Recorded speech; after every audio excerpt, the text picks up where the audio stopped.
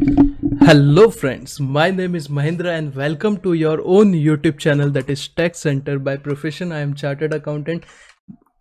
3-4 video में एक बार बता देना ज़रूरी होता है क्योंकि कोई रैंडमली जाएगा वीडियो पे तो पता तो चलना चाहिए कि जो पढ़ा रहा है वो खुद प्रोफेशनल है कि नहीं। ठीक है, चलो अभी देखो ये लास्ट पार्ट है टैक्स ट्रीटी का, जो कि बहुत ही छोटा होने वाला है। थियोरी चीज़ें हैं, ज़्यादा कुछ महान नहीं है। जो महान चीज़ थी वो ऊपर हम लोग ने सेक्शन 90, 90A और 91 में कर ली है ऑलरेडी। ठीक है, यहाँ पे इंटरप्रिटेशन वगैरह कैसा होता है उसके बारे में टैक्स ट्रीटी के बताया हुआ है। तो यहाँ पे ये ख़त्म हो जाएगा। सिर्फ एक चैप्टर को छोड़ के बाकी सब चैप्टर वो 30 मार्क्स में जितना भी आपका मॉड्यूल में है सब कुछ कवर कर दिया है।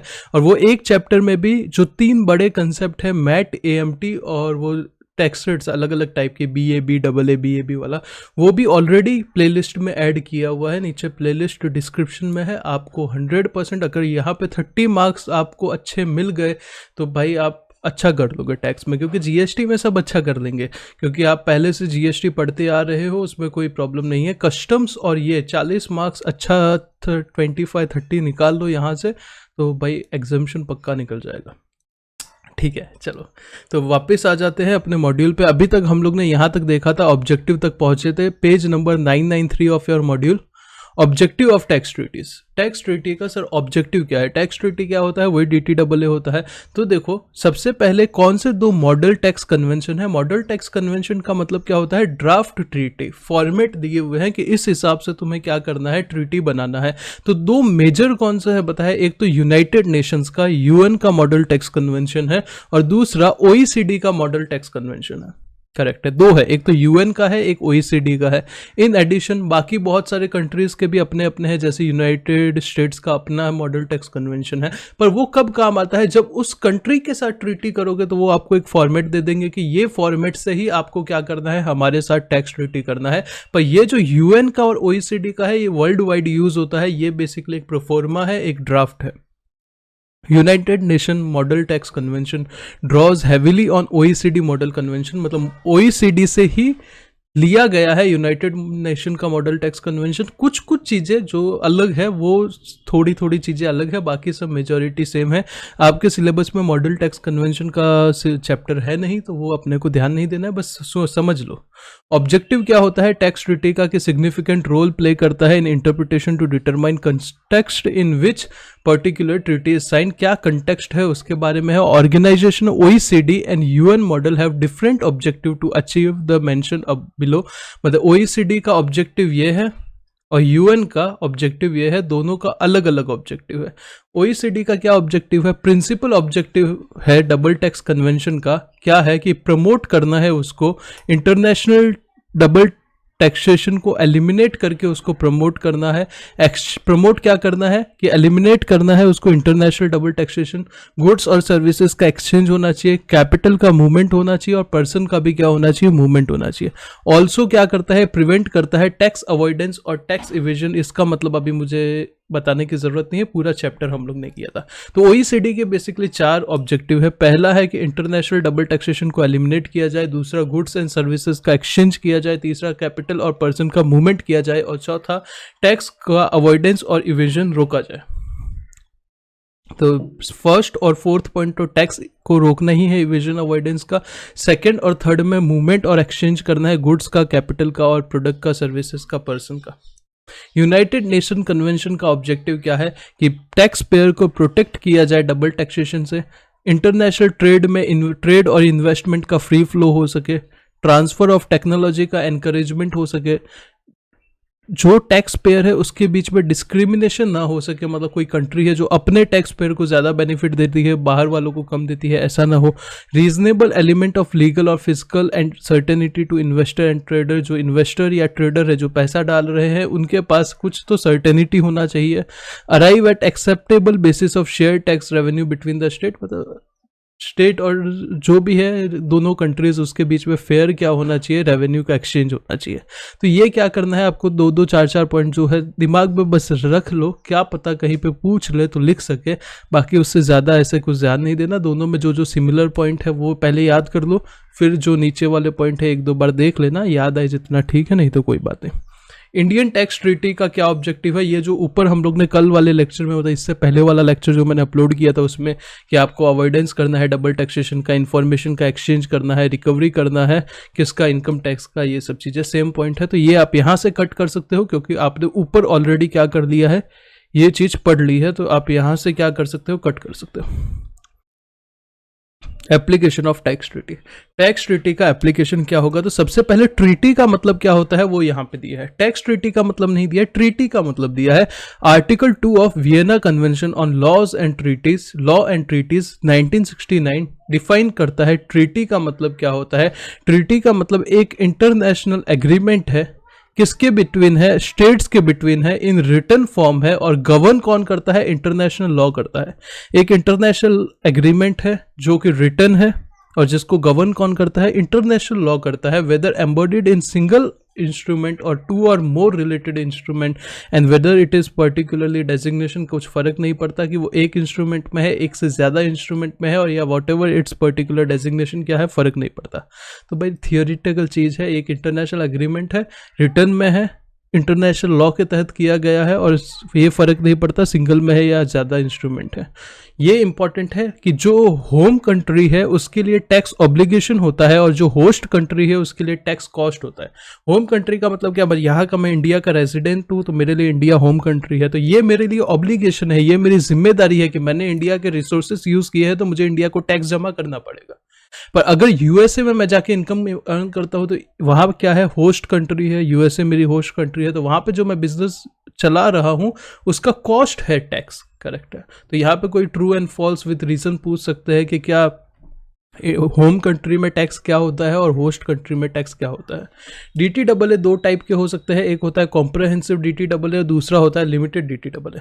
कॉम्प्रहेंसिव DTAA का मतलब क्या होता है, ऐसा DTAA जहां पे सब चीजें क्या की गई हो, बताई गई हो, और cover almost all type of income, हर तरीके की चीजें वहां पे बताई हुई है, उसको क्या बोलेंगे, कॉम्प्रिहेंसिव DTAA। और लिमिटेड DTAA का मतलब क्या है, जहां पे सिर्फ कुछ चीजों के बारे में बताया गया हो, जैसे कि इंडिया और पाकिस्तान के बीच में DTAA है बिटवीन शिपिंग एंड एयरक्राफ्ट के प्रॉफिट के लिए सिर्फ, करेक्ट है। नीचे आते हैं, ये फॉरेन नेशनल के बारे में, ये इंडिया, कनाडा और यूएस का सिंपल जो मैंने ऊपर बोला उसका एग्जांपल दिया है, कोई काम का नहीं है। फिर यहाँ पे इंटरप्रिटेशन के लिए अपने को क्या यूज करना है, इंटरप्रिटेशन के लिए वियना कन्वेंशन ने क्या दिया है, बहुत सारे आपको सजेशंस दिए हैं कि आपको ऐसे ऐसे क्या करना है, टैक्स ट्रीटी को इंटरप्रेट करना है। तो उसमें सबसे पहला आर्टिकल यहाँ पे दिया है, ये आर्टिकल नंबर वगैरह याद मत करो, अब एग्जाम याद है तो ठीक है, नहीं याद है तो कोई बात नहीं। पैक्टा सुंट सर्वेंडा, पैक्टा सुंट सर्वेंडा मतलब क्या होता है, इसका मतलब क्या होता है, ट्रीटी को जब भी आप इंटरप्रेट करोगे तो वो हमेशा गुड फेथ में करना है। Every treaty in force is binding upon the party to it and must be performed by them in a good faith। जो भी पार्टीज वो ट्रीटी के अंदर क्या कर साइन कर चुकी है उनको हमेशा गुड फेथ में वो क्या करना है, परफॉर्म करना है। Second, non retro activity of treaty. Non retro activity का मतलब क्या, ये सब पहली बार सुनोगे तो कंफ्यूज हो जाओगे। नॉट रेट्रो एक्टिविटी का मतलब क्या होता है, जिस दिन ट्रीटी में एंटर हुए उससे पहले का आप रेट्रोस्पेक्टिव कुछ नहीं कर सकते। जब से ट्रीटी एंटर हुई है यहां से कुछ डिसाइड करो, पीछे का नहीं कर सकते, अनलेस अगर आपका ट्रीटी ही बोलता है करना है तो कर लो। Its provision do not bind on a party in relation to any act और a fact which took place और any situation which cease to exist before the date of entry into force. जब आपने treaty sign किया उसके पहले का नहीं ले सकते। टेरिटोरियल स्कोप क्या होगा, ट्रीटी कहाँ कहाँ पे एप्लीकेबल होगी, जिस जिस पार्टी ने साइन किया है उस पार्टी के कंट्री पे क्या होगी, वो ट्रीटी एप्लीकेबल होगी। अनलेस कोई डिफरेंट इंटेंशन बताता है वो ट्रीटी खुद, ट्रीटी कहाँ पे बाइंड होगी, ईच पार्टी जिसने क्या किया है, साइन किया है, उसकी टेरिटरी पे वो बाइंडिंग होगी। अभी कुछ जनरल रूल दिए हैं इंटरप्रिटेशन के। तो सबसे पहला रूल तो भाई वही है कि आपको ट्रीटी जो है वो इंटरप्रेट करना है, कैसे, गुड फेथ में इंटरप्रेट करना है, और उसका जो ऑर्डिनरी मीनिंग लिखा हुआ है, जो ऑर्डिनरी मीनिंग समझता है वही आपको लेना है in term of treaty in their context and light of its object and purpose. जो उसका ऑब्जेक्ट है, जो उसका पर्पस है, जो उसका कंटेक्स्ट है, उसी हिसाब से आपको क्या लेना है, ऑर्डिनरी मीनिंग लेना है, और आपको हमेशा इंटरप्रेट गुड फेथ में करना है। सेकेंड में जो कंटेक्स्ट है, पहले में तो क्या बोला, गुड फेथ में कर लो, सेकंड में बोला context for the purpose of interpretation of tax treaty comprise. क्या कंप्राइज करता है, in addition to text including preamble and its annexure. देखो, जब ट्रीटी को आप इंटरप्रेट करोगे तो सबसे पहले उसका टेक्स्ट तो पढ़ोगे ना, क्या लिखा है करेक्ट है, दूसरा उसका प्रियम्बल पढ़ोगे, तीसरा उसके एनेक्शर्स पढ़ोगे। उसके साथ साथ भी आपको कुछ चीजें पढ़नी है जो यहाँ पे लिखी है। सबसे पहले कोई ऐसा कोई एग्रीमेंट किया है क्या, जो ट्रीटी के अंदर जितने भी लोग हैं उन्होंने क्या कोई एग्रीमेंट किया है made between all the party in connection with the conclusion of treaty, जिसकी वजह से वो ट्रीटी कंक्लूड हुई। क्या कोई ऐसा इंस्ट्रूमेंट बनाया है क्या जिसकी वजह से वो ट्रीटी क्या हुई है, या तो कंक्लूड हुई है या एक्सेप्ट हुई है। मतलब क्या ही सिर्फ इतना याद रखना है, टेक्स्ट, प्रियम्बल और एनेक्शर के अलावा क्या कोई ऐसा एग्रीमेंट साइन हुआ है या कोई इंस्ट्रूमेंट ऐसा बना है जिसकी वजह से ट्रीटी क्या हुई है, इफेक्ट में आई है। थर्ड पॉइंट, ये देख लिया एग्रीमेंट। अभी आपको क्या देखना है, सब्सिक्वेंट एग्रीमेंट भी देखना है। There shall be taken into account together with context. Context के साथ साथ, सेकंड में हम लोग ने कंटेक्स्ट निकाला था ना, कंटेक्स्ट के साथ साथ आपको देखना है नॉर्मल एग्रीमेंट हुआ था वो ठीक है, क्या कोई सब्सिक्वेंट एग्रीमेंट, क्या उसके बाद में कोई एग्रीमेंट हुआ है क्या regarding to interpretation of treaty और एप्लीकेशन ऑफ इट्स प्रोविजन, या कोई सब्सिक्वेंट प्रैक्टिस डेवलप हुई है क्या to application of that treaty, या कोई नए रूल्स ऑफ इंटरनेशनल लॉ कोई एप्लीकेबल है क्या, वो ट्रीटी के ऊपर कोई रेलेवेंट रूल है तो वो भी आपको देख लेना है। तो क्या क्या देखना है, सब्सिक्वेंट एग्रीमेंट देखना है, सब्सिक्वेंट प्रैक्टिस देखना है, और कोई रेलेवेंट रूल है तो वो देख ले। चौथा part, special meaning shall be given to term. कोई एक टर्म है जिसको स्पेशल मीनिंग दिया जा सकता है, अगर जो पार्टी है इन ट्रीटी अगर वो इंटेंड करती है तो वो दिया जा सकता है, कोई प्रॉब्लम नहीं है। फिर बात करते हैं next, supplementary means of interpretation. General means of interpretation देखा, सप्लीमेंट्री मीन्स ऑफ इंटरप्रिटेशन कब देखेंगे, जब जो ऊपर जनरल मीन्स से आपको क्या कुछ पता नहीं चलता है, मीनिंग जो पता चलता है वो या तो एम्बिगियस है या फिर ऑब्सक्योर है, मतलब कुछ पता नहीं चलता है, या फिर वो क्या लीड करता है, मैनिफेस्टली एब्सर्ड और अनरीजनेबल। या तो अनरीजनेबल है, एब्सर्ड है, या पता ही नहीं चल रहा है, एम्बिगियस है कि पता ही नहीं चल रहा है कि भाई बोलना क्या चाहते हो। वो वाला डायलॉग है ना, बोलना क्या चाहते हो, अगर 31 से पता ही नहीं चलता है क्या होगा तो सप्लीमेंट्री मीन्स ऑफ इंटरप्रिटेशन क्या कर सकते हो, देख सकते हो। इंटरप्रिटेशन ऑफ ट्रीटी ऑथेंटिकेटेड इन 2 और मोर लैंग्वेज। अगर एक ट्रीटी समझो इंडिया और रशिया के बीच में बना, चलो इंडिया के साथ नहीं बना, जापान और रशिया के साथ बना। जापान बोलता है भाई हम तो सिर्फ जापानीज को मानते हैं, हम सिर्फ वही समझते हैं, हम वही बोलेंगे। रशिया बोलता है हम सिर्फ रशियन को मानते हैं, रशियन ही बोलेंगे, रशियन ही समझेंगे। तो वो ट्रीटी को जापानीज में भी कन्वर्ट करना पड़ेगा, रशियन में भी कन्वर्ट करना पड़ेगा, करेक्ट है। तो अभी कौन सा मीनिंग लेने का वो चीज़ लिखी हुई है, सिंपल सी बात है। अगर ट्रीटी जो है वो ऑथेंटिकेट की जाती है 2 या उससे ज्यादा लैंग्वेज में, तो जो दोनों टेक्स्ट है वो इक्वली ऑथोरिटेटिव माने जाएंगे, मतलब दोनों की सेम पावर होगी, अनलेस ट्रीटी खुद बोलती है या फिर जो पार्टीज है ट्रीटी में वो खुद डिसाइड करती है कि कोई भी एक जो टेक्स्ट है वो ज्यादा इंपॉर्टेंट माना जाएगा। पहले क्या बोला, दोनों जो टेक्स्ट है वो इक्वली इंपॉर्टेंट है, पर अगर ट्रीटी खुद बोलती है या पार्टीज जो है वो दोनों खुद एग्री करती है कि ये लैंग्वेज ज्यादा इंपॉर्टेंट रहेगी तो वो लैंग्वेज ज्यादा इंपॉर्टेंट मानी जाएगी। Version, a version of treaty in a language other than one those in which text was authenticated। मतलब फॉर एग्जाम्पल जापानीज लैंग्वेज में क्या हुआ, टेक्स्ट ऑथोराइज हुआ, तो जो रशियन लैंग्वेज है वो कंसिडर्ड ऑथेंटिक तभी होगा जब वो या तो ट्रीटी बोलता है या फिर उसकी पार्टी क्या करती है, एग्री करती है। The term of treaty are presume to have same meaning in each authentic text. जितने भी ऑथेंटिक टेक्स्ट है ट्रीटी में ये माना जाएगा, ये प्रिज्यूम किया जाएगा कि सब में क्या है, सेम मीनिंग है, except where particular text prevail in accordance with para 1। Para 1 मतलब ये वाला, करेक्ट है, जहां पे क्या बोला जाता था, इक्वली ऑथोरिटेटिव रहेगा। जब कंपैरिजन जो है वो क्या होता है, मतलब दोनों लैंग्वेज का जब कंपैरिजन करेंगे तो मीनिंग में क्या आता है, डिफरेंस आता है। तो अगर ऐसा होता है तो जो वो बेस्ट रिकंसाइल होगा टेक्स्ट का वो क्या किया जाएगा, वो अडॉप्ट किया जाएगा as per object and purpose of treaty. पहला क्या बोला, 2 या 2 से ज्यादा लैंग्वेज में है तो दोनों ऑथोरिटेटिव मानी जाएगी, जो भी लैंग्वेज है दोनों, पर अगर ट्रीटी बोलता है कि यही माना जाएगा तो वही रहेगा, करेक्ट है। सेकंड पॉइंट क्या बोलता है कि जो इस लैंग्वेज को ऑथोरिटेटिव माना गया है उसके अलावा जो सेकंड लैंग्वेज है वो तभी ऑथेंटिक टेक्स्ट बनेगा या तो ट्रीटी बोलता है या पार्टी एग्री करती है। तीसरा, the term of treaty are presume to have same meaning in each authentic text. जितने भी ऑथेंटिक टेक्स्ट है सब में मीनिंग सेम रहेगा, और अगर मीनिंग जो अलग कुछ निकलता है तो वो केस में क्या करना है, ऑब्जेक्ट एंड पर्पस के हिसाब से जो बेस्ट रिकंसिलेशन बनता है वो आपको ले लेना है। आर्टिकल 34 बोलता है general rule regarding the third state, मतलब इंडिया और यूएसए के बीच में ट्रीटी है तो क्या ये पाकिस्तान पे अप्लाई होगी? बिल्कुल नहीं होगी। तो does not create treaties providing for obligation for third state. अगर कोई ट्रीटी खुद ऑब्लाइज करती है थर्ड स्टेट को, तो अगर वो थर्ड स्टेट एक्सप्रेसली एक्सेप्ट करता है इन राइटिंग, राइटिंग कहीं पे तो लिखा रहेगा इन राइटिंग, तो ही क्या माना जाएगा, वो थर्ड कंट्री के ऊपर भी वो ट्रीटी एक्सेप्ट होगा। फिर बात करते हैं validity and continuance in force of treaty. तो ट्रीटी कब तक वैलिड रहेगा या कब तक कंटिन्यू रहेगा? जो ट्रीटी में लिखा रहेगा, जो प्रेजेंट कन्वेंशन है, कन्वेंशन मतलब भी ट्रीटी ही होता है, application of the present convention उस हिसाब से होगा। और टर्मिनेशन जो है, termination of treaty, it's denunciation or its withdrawal of a party may take place only as a result of application of provision of treaty। जैसे प्रोविजन में application लिखा हुआ है उसी हिसाब से, और of a present convention the same rule apply to suspension of the operation of treaty. कोई काम का नहीं है, ठीक है। नेक्स्ट आते हैं आर्टिकल नंबर 60। आर्टिकल नहीं याद करना है, सिर्फ फटाफट आपको गो थ्रू करने लेना है। ये वीडियो सुन लोगे तो भी काम बन जाएगा, एग्जाम में लिख सको, वैसा हालत में रहना चाहिए, कुछ नया नहीं आना चाहिए। इसमें एक नीचे टाई ब्रेकर रूल दिया है, वो सबसे ज़्यादा इंपॉर्टेंट है, जो मैं अच्छे से आपको समझाऊंगा। वो भी थियरी है पर उसके ऊपर पूछेंगे कभी ना कभी, अभी पूछा भी होगा पीछे कभी ना कभी, और आगे भी पूछेंगे क्योंकि वो बहुत इंपॉर्टेंट। नेक्स्ट पॉइंट पे आते हैं, टर्मिनेशन और suspension of operation of treaty as a consequence of its breach.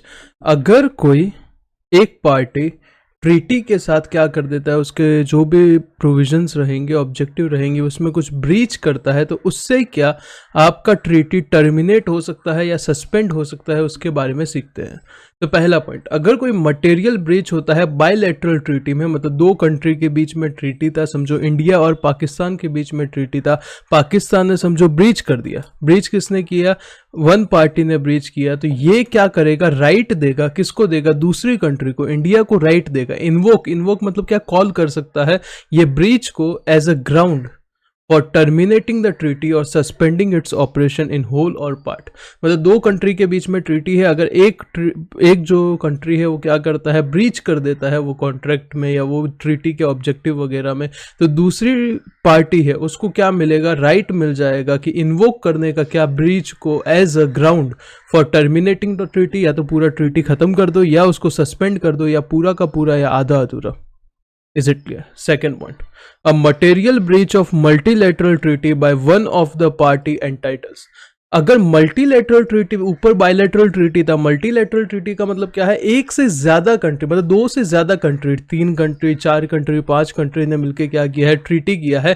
तो उसमें कोई मटेरियल ब्रीच हो जाएगा तो क्या होगा? तो जो अदर पार्टी है, मतलब जिसने ट्रीटी में ब्रीच नहीं किया है, वो लोग मिलके यूनानिमसली, मतलब क्या सबके सब मिलके सस्पेंड कर सकते हैं ऑपरेशन एज अ ग्राउंड। उसको क्या कर सकते हैं? टर्मिनेट भी कर सकते हैं या सस्पेंड भी कर सकते हैं। दूसरा ईदर, मतलब यहाँ पे क्या लिखा है, ये जो बाकी पार्टी है वो क्या कर सकते हैं? यूनानिमसली एग्रीमेंट कर सकती है। किसके लिए? या तो सस्पेंशन के लिए या फिर टर्मिनेशन के लिए। इधर इन रिलेशन बिटवीन, क्या टर्मिनेट करेंगे या क्या सस्पेंड करेंगे? तो अपनी रिलेशनशिप सस्पेंड कर देंगे between themselves and defaulting state. मतलब समझो 6 कंट्री थी, उसमें से एक कंट्री ने डिफॉल्ट किया, तो 5 लोग क्या करेंगे? अपनी रिलेशनशिप खत्म कर देंगे छठी कंट्री के साथ as between all the party. या फिर क्या करेंगे? 6 के 6 कंट्री एक दूसरे के साथ अपनी क्या रिलेशनशिप खत्म कर देंगे। ये पहला पॉइंट है।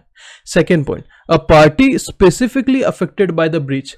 वो जो ब्रीच हुआ है उसकी वजह से समझो कोई एक कंट्री को स्पेसिफिकली नुकसान हुआ है, तो वो क्या कर सकता है? इन्वोक कर सकता है ग्राउंड पे, ये वाले ग्राउंड पे, कि सस्पेंड कर दो ट्रीटी को या फिर टर्मिनेट कर दो। करेक्ट है।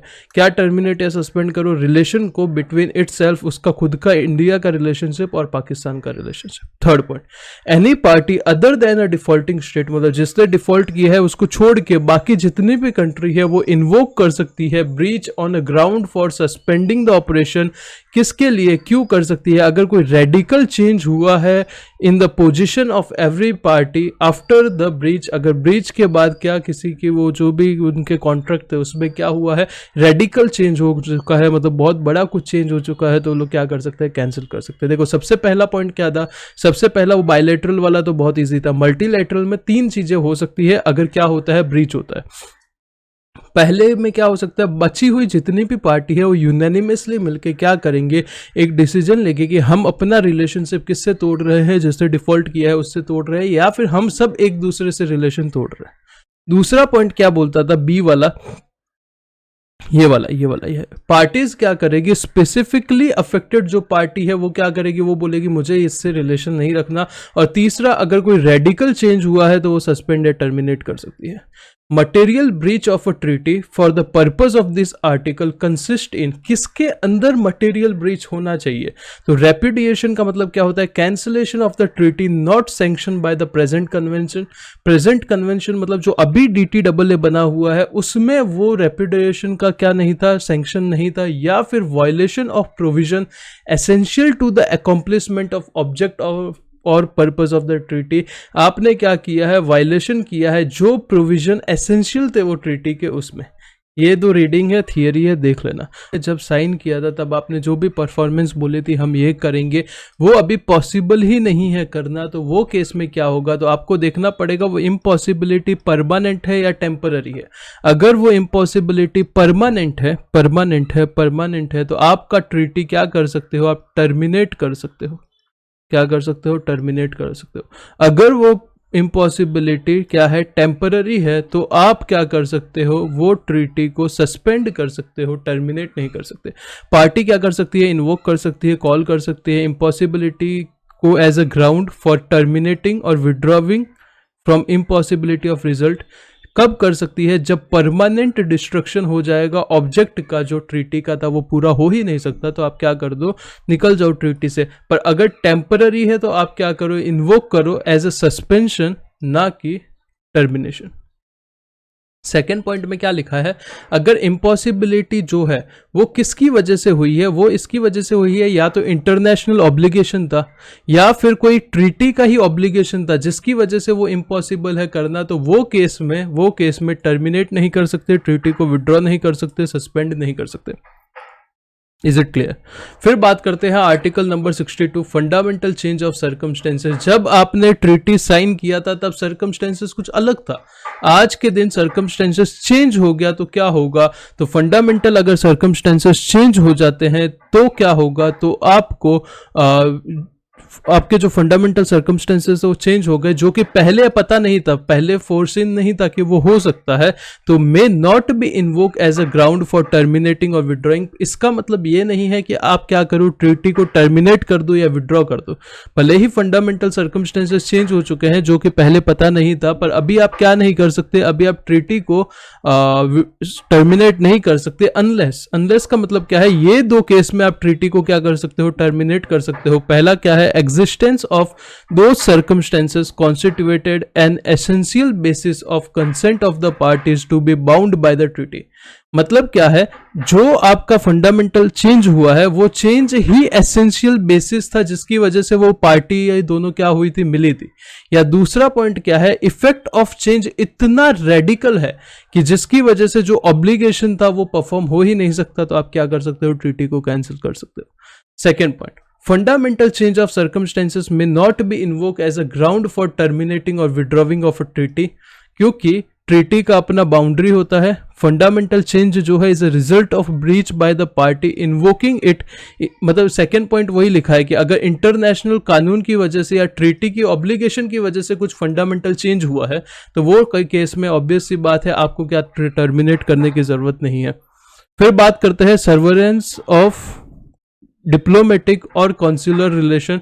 मतलब क्या है, अगर कोई दो कंट्री है, समझो इंडिया और पाकिस्तान, ये लोग ने जब ट्रीटी के अंदर एंटर हुए थे तभी इनका रिलेशन बहुत अच्छा था, कोई प्रॉब्लम नहीं था, पर बाद में कुछ सालों के बाद उनका जो डोमेस्टिक डिप्लोमेटिक या कॉन्सुलर रिलेशन है वो क्या हो गया है, डिसॉल्व हो चुका है। सेवरेंस का मतलब क्या होता है, डिसोल्यूशन होता है। अगर डिसॉल्व हो चुका है तो भी उसका ट्रीटी पर कोई इफेक्ट नहीं आएगा, बस बोलने का मतलब यह है। और कोई नया जनरल इंटरनेशनल लॉ इमर्ज हो चुका है, मतलब ऐसा हो सकता है ना, पहले वो लॉ नहीं था, बाद में लॉ इमर्ज हुआ है, तो जो एग्जिस्टिंग ट्रीटी है अगर वो कन्फ्लिक्ट करती है नए लॉ के साथ, मतलब पहले कानून कुछ और था, अब कानून कुछ और, बीच में ट्रीटी के बीच में कुछ कानून चेंज हो चुका है, और जो आपकी ट्रीटी है वो कानून को क्या कर रही है, कॉन्फ्लिक्ट कर रही है, तो आपका ट्रीटी क्या वॉइड बन जाएगा, आपको कानून के हिसाब से क्या करना पड़ेगा, ट्रीटी बनाना पड़ेगा। अभी तक जो था मुझे पता नहीं है कितना इंपॉर्टेंट था, ये जो एक पॉइंट है यहां से लेके ये एंड तक, ये बहुत इंपॉर्टेंट है। ये क्या है, ये बहुत इंपॉर्टेंट है, इस पे से क्वेश्चन एक्सपेक्ट करो। अगर पहले नहीं आया है तो आएगा, अगर पहले आया है तो भी एक दो अटेम्प्ट छोड़ के एक दो अटेम्प्ट बाद आएगा। ये बहुत इंपॉर्टेंट है। बहुत ही सिंपल सी बात है, आपका अगर ट्रीटी में एंटर हुए हो तो आप रेजिडेंट कैसे माने जाओगे? सर रेजिडेंट आपका जो डोमेस्टिक कानून है उस हिसाब से ही रेजिडेंट माने जाओगे।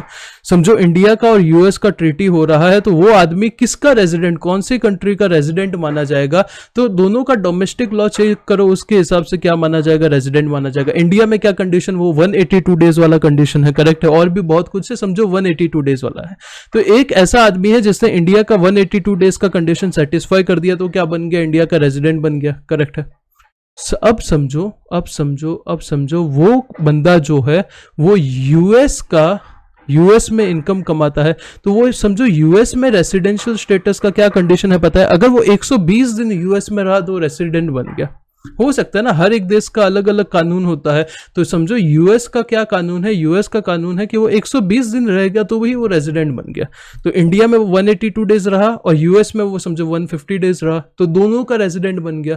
तो अब ट्रीटी के पर्पस के लिए आपको वो कौन से देश का रेजिडेंट माना जाएगा वो समझना है, तो उसके लिए ये टाई ब्रेकर रूल अप्लाई करना पड़ेगा। आपके मॉड्यूल में कहीं इसको टाई ब्रेकर रूल नहीं बोला गया है, पर इंटरनेशनल कानून की भाषा में इसको टाई ब्रेकर रूल बोला जाता है।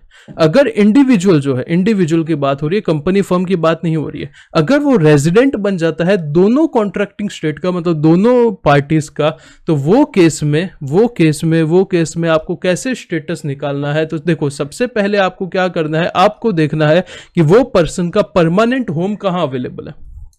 जो दोनों कॉन्ट्रैक्टिंग स्टेट का क्या बन चुका है, रेजिडेंट बन चुका है, तो कौन से स्टेट का, मतलब कौन से कंट्री का वो रेजिडेंट माना जाएगा जहां पे उसका क्या होगा, परमानेंट होम होगा, करेक्ट है।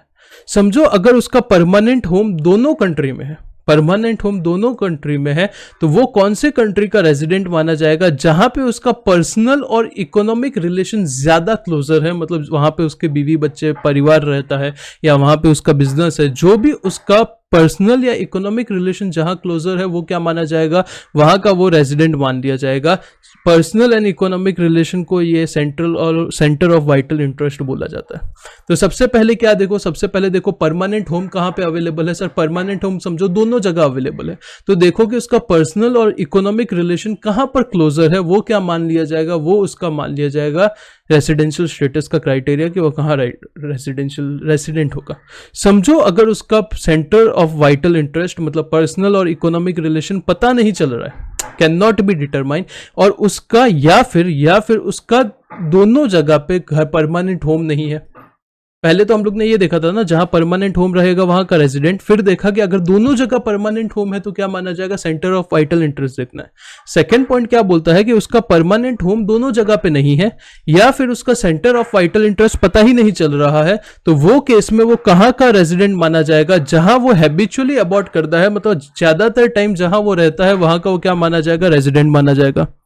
अगर वो हैबिचुअल अबॉर्ट दोनों स्टेट में करता है या दोनों में नहीं करता, तो जहां का वो नेशनल है, जहां का वो रेजिडेंट, मतलब जो कंट्री का वो सिटीजन है, बेसिकली नेशनलिटी है, वहां का वो क्या मान लिया जाएगा, रेजिडेंट मान लिया जाएगा। अगर वो दोनों कंट्री का नेशनल है या एक भी कंट्री का नेशनल नहीं है, तो कॉम्पिटेंट अथॉरिटी मिलकर बताएगी कि वो कहां का क्या माना जाएगा, कहां का रेजिडेंट माना जाएगा। Where by reason of this provision, ये तो इंडिविजुअल के लिए था। इंडिविजुअल को छोड़ के कोई दूसरा कंपनी वगैरह है, तो उसके केस में वो जहां जिसका पोएम रहेगा वही क्या मान लिया जाएगा, उसका रेसिडेंशियल स्टेटस मान लिया जाएगा। ये टाई ब्रेकर रूल को पीछे वापस एक बार देख लेना। फिर डिस्ट्रीब्यूटिव रूल के ऊपर बात करें तो यहाँ पे आर्टिकल नंबर 6 से लेकर 21 तक मॉडल टैक्स कन्वेंशन के क्या बोलते हैं, एक इनकम को डिस्ट्रीब्यूट करते हैं दो कंट्री के बीच में, जो पार्टी एंटर रहेगी, तो उसके रिलेटेड लिखा है। आपको याद करने की बिल्कुल ये आर्टिकल नंबर जरूरत नहीं है, सिर्फ नॉलेज के लिए लिखा है।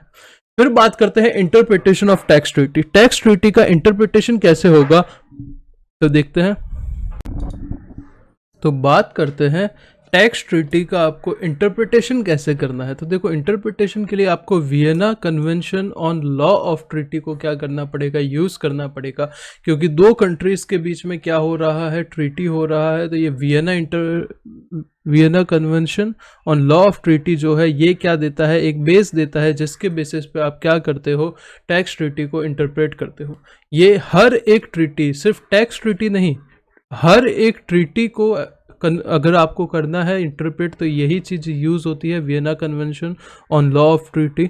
अगर कोई दो देशों के बीच में क्या हो जाता है, डिस्प्यूट हो जाता है, तो वो डिस्प्यूट को सॉल्व करने के लिए म्यूचुअल एग्रीमेंट प्रोसीजर होता है, वो VCLT के थ्रू ही क्या होता है, यूज़ होता है। However when it comes to application of tax treaty in a domestic forum, the appellate authority, अगर डोमेस्टिक इंडिया के अंदर अंदर अगर आपको क्या करना है, एप्लीकेशन करना है, तो इंटरप्रिटेशन अपीलेट अथॉरिटी या जो कोर्ट होंगे उनके पास क्या रहेगा, पावर रहेगा।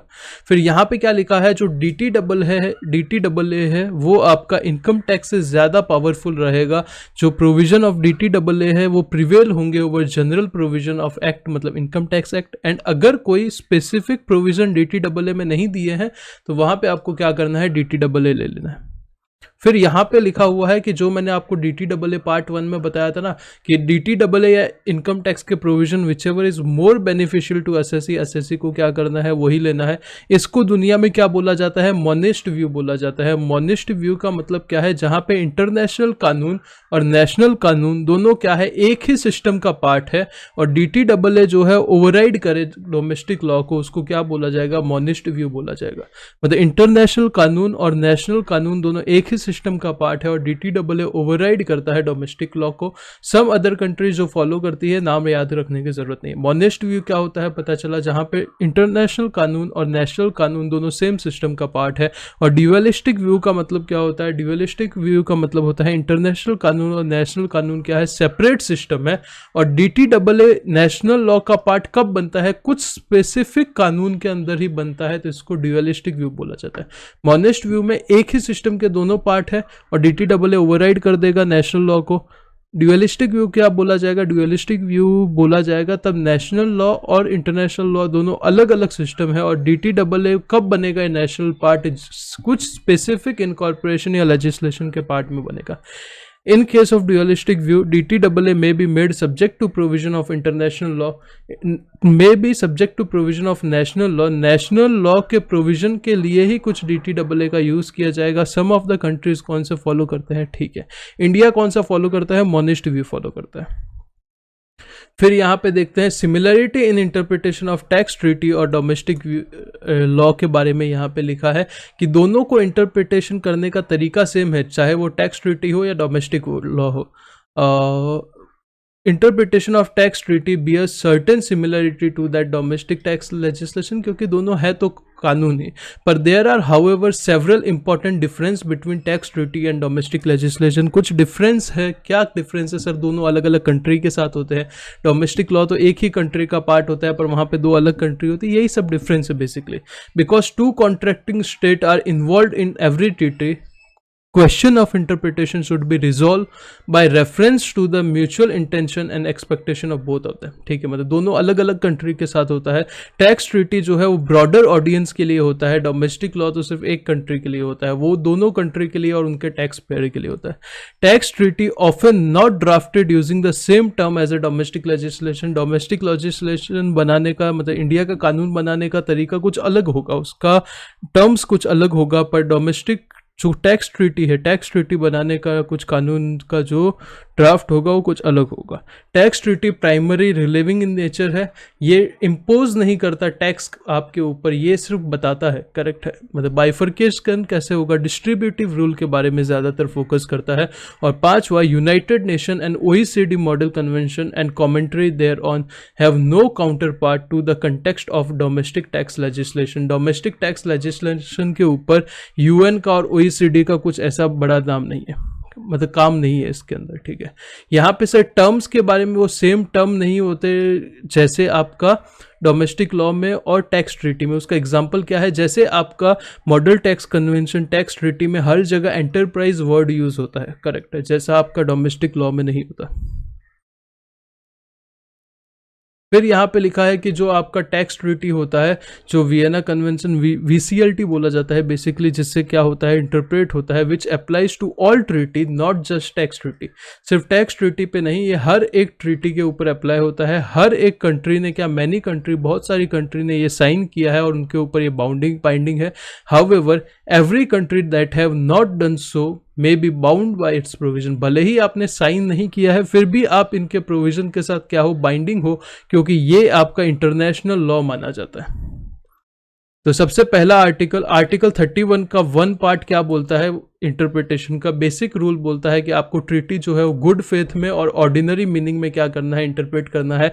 याद होगा तो ये सब ऊपर हम लोग पढ़ चुके हैं। बाद में आपको एग्रीमेंट देखना पड़ेगा, कोई इंस्ट्रूमेंट हुआ है तो वो देखना पड़ेगा, करेक्ट है। बाद में कुछ सब्सिक्वेंट एग्रीमेंट, सब्सिक्वेंट इंस्ट्रूमेंट है तो वो देखना पड़ेगा। यहाँ पे सप्लीमेंट्री मीन्स ऑफ इंटरप्रिटेशन कुछ है, प्रिपरेटरी वर्क है तो वो आपको देखना पड़ेगा। वो सब चीज़ें सेम यहाँ पे क्या कर दी गई है, रिपीट कर दी है। तो नेक्स्ट आते हैं, कोड थियरी लिखा हुआ है, समझते हैं। अभी पता नहीं एग्जाम में पूछेंगे कि नहीं पूछे, लिखा है तो बता देता हूँ। वियना कन्वेंशन के अलावा जो मॉडल टैक्स कन्वेंशन होते हैं यूनाइटेड नेशन और OECD के, उसके अंदर भी अपने रूल ऑफ इंटरप्रिटेशन लिखे हैं। आर्टिकल नंबर 3 का जो क्लॉज 2 है वो क्या बोलता है, वो बताता है कि आपको जो आपका डोमेस्टिक कानून है उसमें से क्या करना है। अगर OECD या UN में मीनिंग नहीं दिया है तो अनडिफाइंड टर्म है तो उसका मीनिंग कहाँ से लेना है, डोमेस्टिक टर्म कानून से लेना है। तो वहां पे आपको 3 स्टेज प्रोसेस देखना है। पहला प्रोसेस, क्या ट्रीटी में डेफिनेशन दिया है टर्म का, मतलब या तो दिया रहेगा या नहीं दिया है। If treaty does not provide a definition, second step पे कब जाना है, जब ट्रीटी में नहीं दिया है डेफिनेशन तो क्या करना है, डोमेस्टिक कानून में उसका क्या मतलब दिया है वो देखो, करेक्ट है। Third point, does the context of treaty require a meaning different from a domestic meaning. क्या जो कंटेक्स्ट है ट्रीटी का उसको क्या जरूरत है डोमेस्टिक मीनिंग के अलावा कोई और मीनिंग की। Does the context of treaty require a meaning different from the domestic meaning. तो ये 3 स्टेज प्रोसेस है। और डोमेस्टिक मीनिंग का जरूरी नहीं है कि सिर्फ डोमेस्टिक लॉ से मीनिंग होना चाहिए, डोमेस्टिक मीनिंग हो सकता है।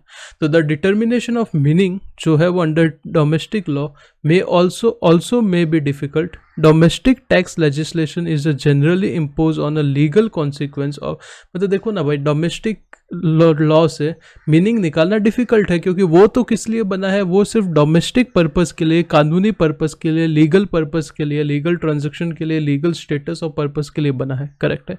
तो आर्टिकल 3(2) एक्सप्लिसिटली क्या बोलता है, वो बोलता है कि ऐसे मीनिंग जो कि ट्रीटी में दिए हुए हैं, जो डिराइव किए जाते हैं जनरल डोमेस्टिक लॉ से rather than the domestic tax law. मतलब यहाँ पे लिखा है कि जरूरी नहीं है सिर्फ डोमेस्टिक टैक्स लॉ से ही मतलब निकालना है, जनरल डोमेस्टिक लॉ से भी मतलब मिल जाता है तो ठीक है। पर आगे पॉइंट लिखा है कि अगर डोमेस्टिक टैक्स लॉ में मतलब देना है तो प्रायोरिटी पहले डोमेस्टिक टैक्स लॉ को देना है रादर देन जनरल लॉ को। कोई अनडिफाइंड टर्म है, however may have more than one meaning, अगर एक से ज्यादा मतलब है तो जो मोस्ट अप्रोप्रिएट मीनिंग है वो आपको क्या ले लेना है। ये वाला पैराग्राफ थोड़ा सा अच्छा पैराग्राफ है, ऊपर वाला तो बड़ा ही फालतू पैराग्राफ था। यहाँ पे क्या लिखा है कि आपको देखो, जब हम लोग ने ट्रीटी एंटर किया तब उसका कुछ और मीनिंग होगा एक कोई टर्म का, आगे जब 3 साल हुए तो वो मीनिंग क्या हो गया, चेंज हो गया। तो हमें कौन सा मीनिंग लाइफ टाइम जब तक ट्रीटी रहेगा, ये वाला मीनिंग लेना है या ये वाला मीनिंग लेना है। तो जो ये वाला मीनिंग है, जब ट्रीटी साइन हुआ था उसको क्या बोलते हैं, स्टैटिक अप्रोच बोलते हैं, मतलब meaning under domestic tax law at time when treaty was entered. और ये वाला जो अमेंडेड मीनिंग है इसको क्या बोलते हैं, एम्बुलेटरी अप्रोच बोलते हैं, मतलब ऐसा मीनिंग जो कि अमेंड हुआ है ओवर अ पीरियड। तो यहाँ पे लिखा हुआ है कि OECD मॉडल और UN मॉडल दोनों ने क्या बोला है, दोनों ने सिंपल सी चीज बोली है कि आपको एम्बुलेटरी अप्रोच लेना है। The ambulatory approach allows treaty to accommodate changes in domestic law without the need to renegotiate the treaty. A drawback क्या है इस अप्रोच का, is that it effectively permits a country to amend unilaterally its tax treaty। तो इसमें क्या, एक country unilaterally मतलब अपने खुद की साइड से ही क्या कर सकता है, टैक्स ट्रीटी चेंज कर सकता है। प्रोसेस क्या होगा टैक्स ट्रीटी को निगोशिएट करने का, मुझे नहीं लगता ये सब चीज़ें पूछी जाएगी, फिर भी पढ़ लेते हैं। सबसे पहले दोनों कंट्री बैठ के इनिशियल कॉन्ट्रैक्ट साइन करेगी। निगोशिएट करने से पहले इनिशियल कॉन्ट्रैक्ट तो बताएगी, करेक्ट है। उसके बाद क्या करेंगे, निगोशिएशन में एंटर होने से पहले in deciding whether to enter into tax treaty negotiation, country क्या करेगी, बहुत सारे फैक्टर देखेगी, जैसे कि आपका ट्रेड क्या है एक दूसरे के साथ, इन्वेस्टमेंट क्या है एक दूसरे की कंट्री में। तो सबसे पहले इनिशियल कॉन्ट्रैक्ट करेंगे, उसके बाद क्या करेंगे, दोनों का लेवल देखेंगे कि ट्रेड इन्वेस्टमेंट वगैरह क्या है। एक बार डिसाइड कर लिया कि हम नेगोशिएट करने वाले हैं, तो क्या करेंगे, सबसे पहले अपनी मॉडल ट्रीटी को क्या करेंगे, एक्सचेंज करेंगे, कि हमारा जो फॉर्मेट है वो एक्सचेंज करेंगे। अगर फॉर्मेट नहीं है तो क्या करेंगे, जो रिसेंट टैक्स ट्रीटी है उसको एक्सचेंज करेंगे। तो थर्ड पॉइंट पे एक्सचेंज करेंगे, करेक्ट है। चौथे पॉइंट में क्या है, जनरली जो है वो आपका 2 स्टेज में क्या होगा, 2 राउंड में टैक्स ट्रीटी का नेगोशिएशन होगा। फर्स्ट राउंड में आप क्या करोगे, टर्म के ऊपर बात करोगे, पर्टिकुलर टेक्स्ट पे, और आप एक दूसरे के लिए क्या करोगे, प्रेजेंटेशन दोगे। After presentation by both the side about their domestic tax system, the negotiation proceed on article by article basis, correct है। Aspect of the tax that cannot be agreed on usually place in a square bracket, ऐसी चीजें जो आप agree नहीं करते हो उसको square bracket में डाल दोगे, करेक्ट है। To be dealt with later, की वो बाद में देखेंगे। एक बार ट्रीटी का वर्डिंग एग्री हो जाता है, the parties initial it, after such agreement has been reached, arrangement will be made for treaty to be signed by an authorized official। उसके बाद क्या होगा, जो भी गवर्नमेंट ने ऑफिशियल भेजा है वो क्या करेगा, ट्रीटी को साइन कर देगा। सिग्नेचर के बाद दोनों स्टेट क्या करेंगे, रेटिफाई करेंगे ट्रीटी, जो भी उनके प्रोसीजर होंगे उस हिसाब से। ट्रीटी जनरली कंक्लूड होगा जब कंट्री क्या करेंगे, एक्सचेंज कर देंगे एक दूसरे का इंस्ट्रूमेंट ऑफ रेटिफिकेशन। अगर आप न्यूज़ देखते हो तो आपने देखा रहेगा ना, नरेंद्र मोदी वगैरह जब फॉरेन जाते हैं तो वो दोनों कंट्री के हेड दोनों कुर्सी पे बैठते हैं, वो साइन वाइन करते हैं, बाद में एक दूसरे के साथ एक्सचेंज करते हैं। The treaty enters into a force in accordance with the specific rule in a treaty, ठीक है। मतलब ये अभी पढ़ना है तो पढ़ लेना, नहीं तो कोई बात नहीं, अभी क्या बोल सकते हैं। आ गया तो पता नहीं मुझे, थियरी कभी कभार इनका मन हो गया तो पूछ सकते हैं, पर ऐसा क्वेश्चन नहीं पूछना चाहिए, क्योंकि 10 मार्क्स का तो इंटरनेशनल टैक्स है, उसमें ट्रांसफर प्राइसिंग पढ़ा है, पोएम पढ़ा है, DTAA पढ़ा है। उसके बाद अगर आप ये पूछोगे, इसमें जो इंपॉर्टेंट है ना, टाई ब्रेकर रूल्स हो गया, या फिर स्टैटिक अप्रोच, एम्बुलेटरी अप्रोच क्या होता है, मॉनिस्ट व्यू, ड्यूअलिस्टिक व्यू क्या होता है, ये सब कुछ चीज़ें जो है वो थोड़ा सा ऐसा नाम से ही लगता है ना, आने के चांस है। अभी ये नेगोशिएशन का क्या प्रोसीजर, साइन करेंगे, मिल बैठेंगे, बातें करेंगे। दूसरा हुआ है कि रिलेशनशिप क्या होता है टैक्स ट्रीटी का और डोमेस्टिक टैक्स लॉ का। तो सबसे पहला पॉइंट दिया है कि जो DTAA है वो हमेशा इनकम टैक्स एक्ट को प्रिवेल करेगा। DTAA मतलब टैक्स ट्रीटी हमेशा प्रिवेल करेगा। अगर दोनों में इनकम टैक्स और DTAA में लड़ाई हो जाएगी तो कौन जीतेगा, DTAA जीतेगा, ठीक है। सेकंड पॉइंट, जो जनरली यहाँ पे क्या लिखा हुआ है कि जो जनरली DTAA बनते हैं उसमें हर तरीके के कंट्री में जो भी टैक्स होते हैं, डायरेक्ट इनडायरेक्ट, सबकी बात होती है। पर जो अपना इंडिया का नेचर है कंट्री का, वो फेडरल स्टेट है। फेडरल स्टेट का क्या मतलब होता है, एक सेंट्रल गवर्नमेंट है, एक स्टेट गवर्नमेंट है। स्टेट गवर्नमेंट के पास अपने का राइट है, सेंट्रल के पास अपने राइट है, करेक्ट है। तो वो दोनों के राइट क्या है, अलग अलग है, सिंपल है। तो यहाँ पे सिर्फ नेशनल लेवल के टैक्स क्या होंगे, मर्ज होंगे ये टैक्स ट्रीटी में, जो उसके अलावा टैक्स ट्रीटी अप्लाई नहीं होगी स्टेट लेवल पे।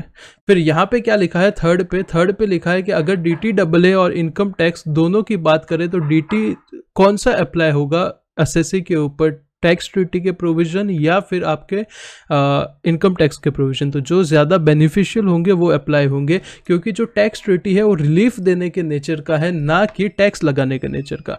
मतलब अगर कोई एसएससी के ऊपर 2 जगह टैक्स लग रहा है तो टैक्स ट्रीटी में ये नहीं बोला जाएगा कि यहाँ पे टैक्स लगाओ, वहाँ पे क्या बोला जाएगा, कहाँ पे उसको रिलीफ देना है, करेक्ट है। चौथा पैराग्राफ में क्या लिखा है, provision of tax treaty do not replace the provision of domestic law entirely.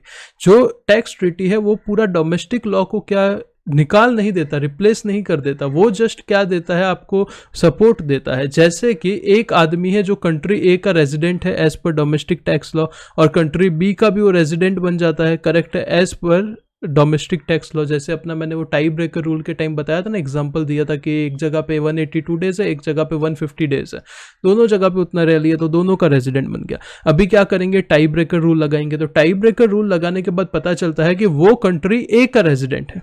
क्या पता चलता है, कंट्री ए का रेजिडेंट है टाई ब्रेकर रूल के हिसाब से।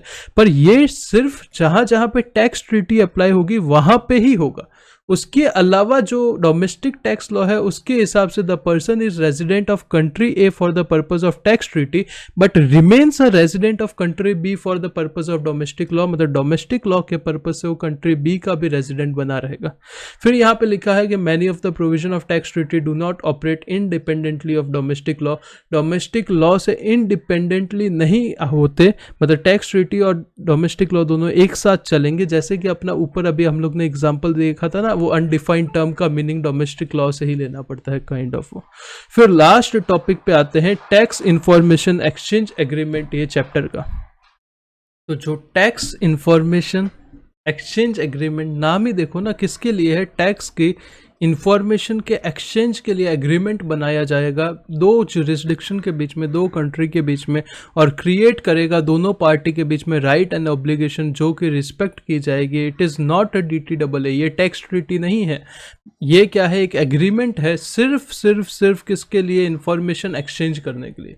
पर्पस क्या है, प्रमोट करने का international cooperation in tax matter through exchange of information between दो country. Without such TIEA it would not be possible to tax jurisdiction to exchange or request information।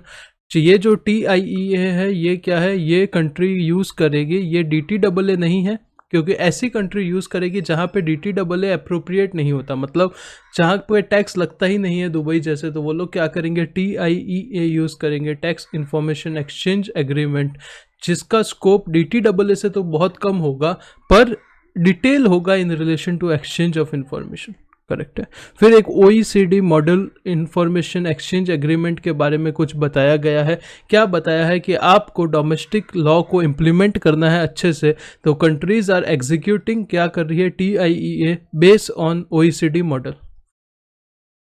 The OECD in 1998 in report of harmful tax competition, ये अभी क्या, ये पूरी history geography दी है कि कुछ country थी जो क्या कर रही थी, हार्मफुल टैक्स प्रैक्टिसेस कर रही थी, जैसे कि आपका Bermuda, Cayman island, Cyprus, the Isle of Man, Malta, Mauritius, the Netherland, ये सब लिखा हुआ है, ये सब याद नहीं करना। The working group are interested with the task of developing a legal instrument, जो OECD की टीम थी उनको एक लीगल इंस्ट्रूमेंट बनाना था जो क्या करे, एक्सचेंज कर सके इंफॉर्मेशन का।